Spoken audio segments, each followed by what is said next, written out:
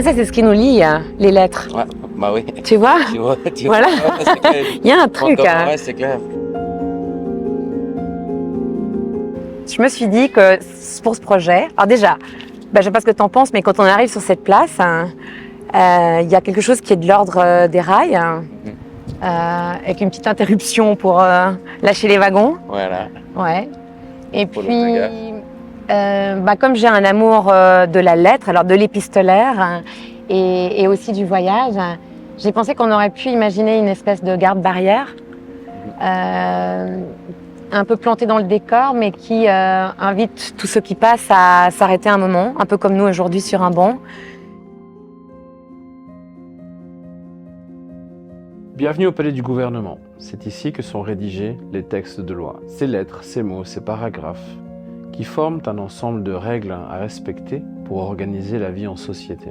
Ici, l'écriture est un art, à maîtriser, à mesurer, car chaque mot a son poids. Si écrire est le fondement même de gouverner, est-ce que lire entre les lignes est un moyen de s'évader? Il semble en tout cas qu'il n'y a rien de plus sérieux que de jouer avec les mots. Et qui de mieux placé que deux passionnés réunis pour en parler? Voici Manuela Mori, auteure, journaliste et présentatrice adorée du public, virtuose de la prose et athlète épistolaire. Et voici Skelt, écrivain urbain, épicurien du tag, icône du graffiti helvétique et acteur inconditionnel des cultures alternatives.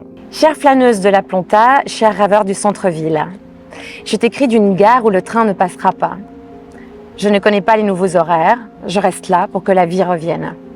Je suis assise devant ces rails abandonnés, je brûle de solitude. Je lis de jour comme de nuit Blaise Cendrars. Il me dit, quand on aime, il faut partir. Partir où? Pourrais-tu prendre le temps de t'asseoir un instant, quelques minutes à mes côtés pour entendre la ville? La montagne qui nous regarde est une taiseuse. Elle se moque de nos peurs.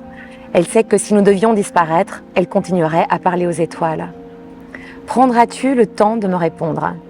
J'ai posé une boîte postale un peu plus loin, avec un peu d'encre et du papier. Si les cimes et les encriers s'assèchent, pourrons-nous encore voyager? Je t'envoie ce courrier d'une gare où le train ne passera pas. De jour et de nuit, Blaise Cendrars est mon ami. Il te dit, rien n'est admissible, sauf la vie, à condition de la réinventer chaque jour. Je t'envoie ma patience pour nourrir ton imagination. À bientôt, la garde-barrière.